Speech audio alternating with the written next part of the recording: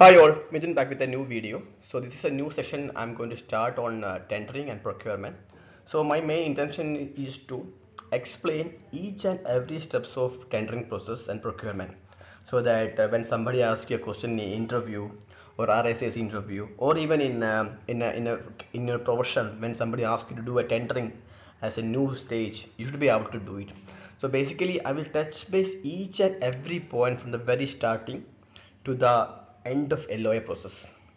So as I showed on the slide, it start with the end user requirement. Then I will explain pre-qualification. Then I will explain what is NDA and requirement. Then what is pre-tender meeting, RFP preparation, tender addendum, tender queries, tender return, tender open, post-tender clarification, negotiation plans and negotiations, BAFO, LAFO, and end with LOA and contract. Okay, so I prepared slides for each of this section and I will explain one by one.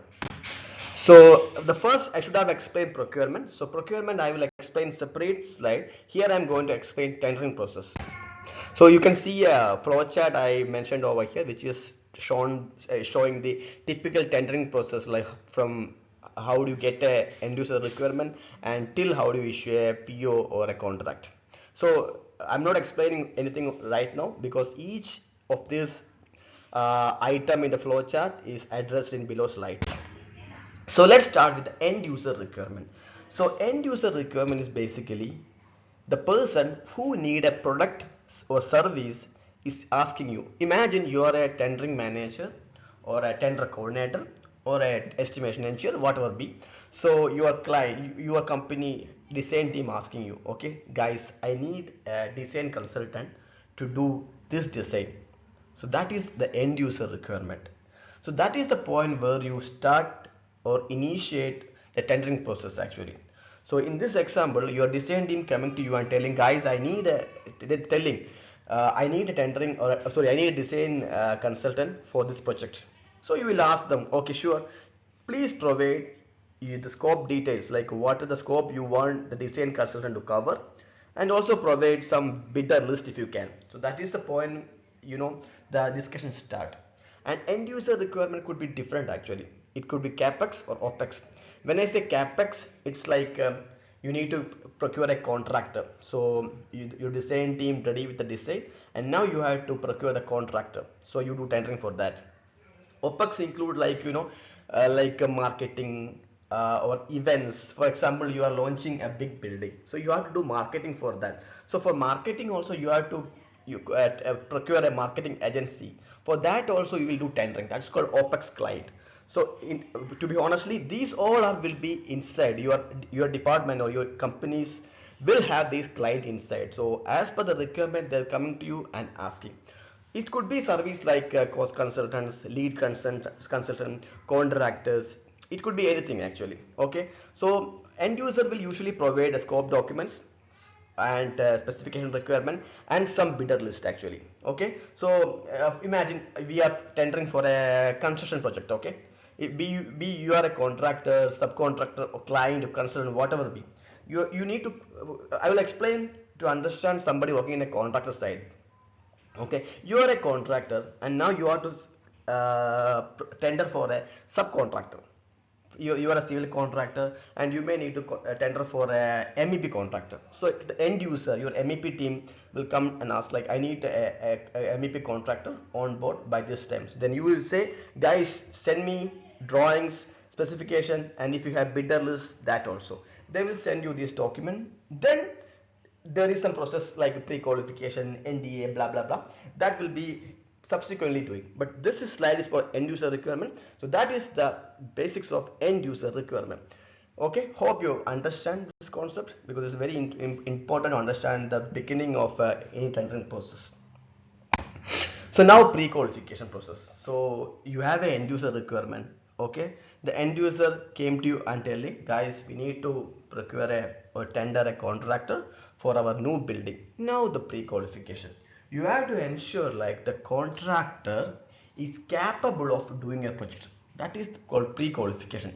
Imagine in your home, your dad is telling you, guys, or son, we need to buy a car. Okay, and dad will tell you, maybe you can go to this shop, that shop, or this shop. But before you go into buy this car, you will check whether this supplier or retail dealer is okay, whether they're providing proper service, or how is their after sale service, are they providing some extra discount, are they providing any on time delivery. These all you will check before buying this car. Imagine one dealer, he's giving you good discount, but their after sale service is very pathetic, so you will not be going for them. So this is the basic of pre-qualification. Actually, you have to ensure this contractor you procuring is capable of doing the work in all the aspects. Okay, so I list out some criteria which we'll be checking in pre-qualification, like finance, commercial experience, similar experience, regional experience, resources, procedures, standards, certification, labor strength, location, cultural fit, and legal cases. This is very basic examples actually. Sometimes we will be giving this pre-qualification to a third party also, or sometimes if you're a small company they will do by themselves. Imagine if you got a new job as a tendering manager, okay, and the end user send you some requirement. Now it's your turn to do pre-qualification. You ask them, guys, do we have a third party to do pre-qualification? They said no, we have to do by BSF. Then we have to ask some documents from this contractor. Okay, so first thing, always you ask for financial information, like you will ask 3-year financial data or auditing report from them. So you will get, guys, please send us 3 years your 3 years auditing report, or a financial statement for 3 years. By seeing this statement you will understand their financial status, because by 3 years you have to see how they're growing. Are they going down or going up before they go down and now recovering? All these things you will be able to identify only through the financial data. If you don't know to analyze all those things, please give this document to your finance team, let them analyze and comment. If you know like a ratio analysis, if you know how to see the debts, if you know how to check the asset liability, all those things you can do by yourself also. But I would advise, if since our expertise is more into tendering, we will tell finance department to review and give the feedback. Then some commercial documents we'll ask, like basically the running projects, how much there is the total value of the running project, are they able to survey with that money, they are getting payment on time, or there is paying the supplier on time. All this information we will be checking in commercial analysis. Guys, one more thing I can tell you, this is very basic thing I'm explaining over here. There will be different criteria for different companies as per the tender policies. Okay, so tender policy will tell you like what to check, how to check, all those things. So you have to refer your company's tender policy. But however, if you are a new tendering manager, you join a new company and they're telling you to implement the tender policies, these things will be keep in mind. So you start with end user requirement, you write end user requirement, so A, B, C, D should be getting from end user requirement. Then pre-qualification process, you will explain, you will write like, okay, pre-qualification process A, B, C should be checked. This is the way I just will do. So I just explain that thing. So after commercial, we'll ask for experience. Basically, if you are constructing a high-rise building, you need to see like this contractor have the capability to construct a building or high-rise building. Sometimes the contractors will be having only experience in low-rise building or villas, which you cannot consider. So we will ask for the relevant experience, and you will ask similar experience. Like if you're constructing a villa, you ask, guys, tell me or show me your experience in villas, because this guys may be having experience in different project in the region, but might not be have experience in villas. So you will ask specifically for that. Then regional experience. So contractors supposed to know the market actually, because they have to purchase material, they have to procure labor, everything will be there. So that purpose you will ask regional experience. There will be some contractors who work in Qatar, Saudi and all, but no work in UAE. you know then that will be a problem for us, because they may take some beautiful time to get the labels, things and all. So we will ask for regional experience also. And then resources, they will ask, we will tell them to provide the resource schedule, like organization chart, their CVs. Then we'll ask for the procedures, quality procedures, HSC procedures, everything. Then standards they're following, if they have certification like ISO, labor strength. Then also we sometimes we check cultural fit, like the culture is going to merge with us or not. Okay. Then legal cases. So legal cases basically, It's a very important point we have to check, because if a company has some existing legal cases or arbitration, that means that they have a tendency of going to claim. But again guys, a legal case could be different. Actually it could be an issue from the employer also, but we have to dig these documents actually, whether this contractor has the tendency to go for legal cases and arbitration or not. Okay, so these are the main points we should check. So I'll tell you how to check.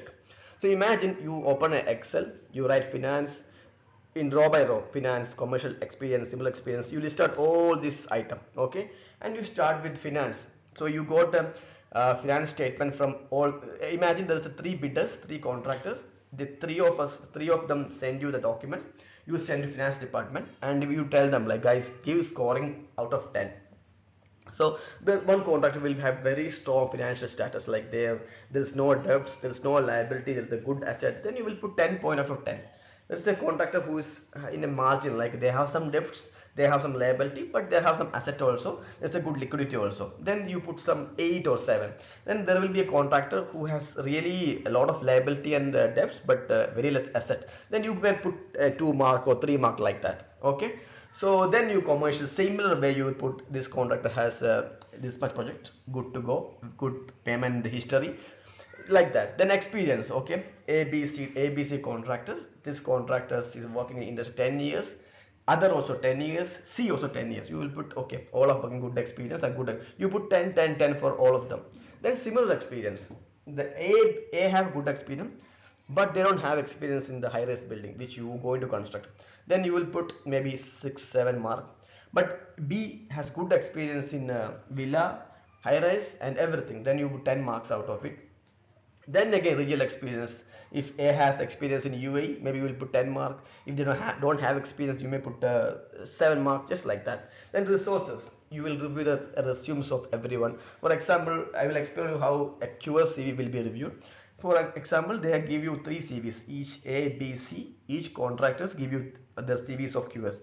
Then you will check like whether they have MRSCS, not MRSCS, they have relevant experience in similar project. All this point you will analyze and will put scoring. If 3 of them provide you CVs and 3 of them have MRICS, then you will check whether they have regional experience, whether they have relevant experience, and or sometimes you will put 10 points for all of them. Then similar way, standard, certification, labor strength, everything you will check and put ranking accordingly.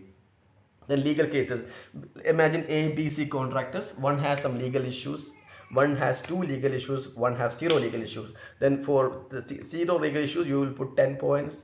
Accordingly you put 3 6 7 or whatever point as per your criteria to the other bidders. Okay, then you always set a deadline, like you need if we're doing pre-qualification, you will set like 60 is the minimum score someone should get to pre-qualification. So because below 60 we don't need to consider. Okay, so this is basically the pre-qualification. Like I have explained the NDA, the end user requirement, and once you get the end user requirement, you have to pre-qualify the bidder to ensure like they are qualified for the process. Guys, just one more thing I need to add you over here. Sometimes you might have done pre-qualification of the contractor, same contractor, 3 years or 4 years before, but still whenever you do a new contract or new tendering, please ensure you will do a new pre-qualification, because 4 years before this contractor could be or will be in a good shape, like they have enough project or enough money, but maybe in 3 years they may or may not face some financial issues, there will be more liability, debts. So it's always advisable you have to do a pre-qualification during every tendering process. That will ensure the best value of the. Okay, thank you guys. So we finished NDA and pre-qualification. In next classes we will finish the other part of tendering. Thank you very much.